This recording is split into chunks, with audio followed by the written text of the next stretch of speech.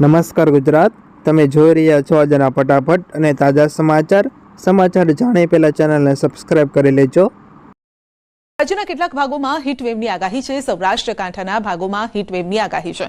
પોરબંદર ભાવનગરમાં 3 દિવસ હીટવેવની આગાહી છે, તો દીવમાં 2 દિવસ હીટવેવનું હવામાન વિભાગનું અનુમાન છે। કાંઠાના વિસ્તારોમાં ઉકળાટ ભર્યું વાતાવરણ રહેશે। અમદાવાદમાં 41 ડિગ્રી તો ગાંધીનગરમાં 40 ડિગ્રી આસપાસ તાપમાન રહી શકે છે। अगले 3 दिनों के लिए जो है हीट वेव वार्निंग दी गई है सौराष्ट्र रीजन के कुछ हिस्सों में, जिसमें मुख्य तौर पे पोरबंदर और भावनगर डिस्ट्रिक्ट शामिल है अगले 3 दिनों के लिए, और दीव में अगले 2 दिनों के लिए जो है हीट वेव होने के चांसेस बनते दिख रहे हैं। साथ ही साथ उसके बाद अगर हम बात करें चौथे और 5वें दिन के लिए, तो कोस्टल एरिया जो है सौराष्ट्र के, उसमें हॉट एंड ह्यूमिड कंडीशन बनी रहेगी, जिसकी वजह से डिस्कम्फर्ट देखने को मिल सकता है। अहमदाबाद में जो है 41 डिग्री के आसपास बना रहेगा, और गांधीनगर में भी तापमान 40 डिग्री और 39 डिग्री के बीच में बना रहेगा। ગથરા પણ મેદાને આવ્યા છે। તેઓએ કહ્યું છે કે પરેશ ધાનાણીનો કહેવાનો મતલબ હતો કે પટેલ અને ક્ષત્રિયોએ ભાજપને પોતાનું માન્યું હતું।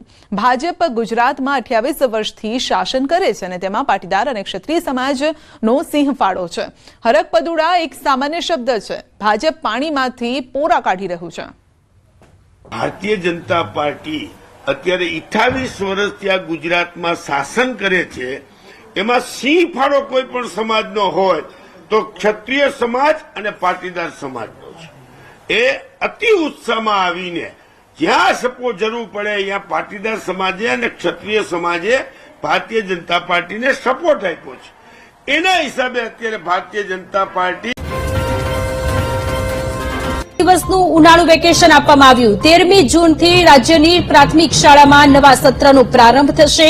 તમામ જિલ્લા શિક્ષણાધિકારીને પત્ર દ્વારા જાણ કરી દેવામાં આવી છે।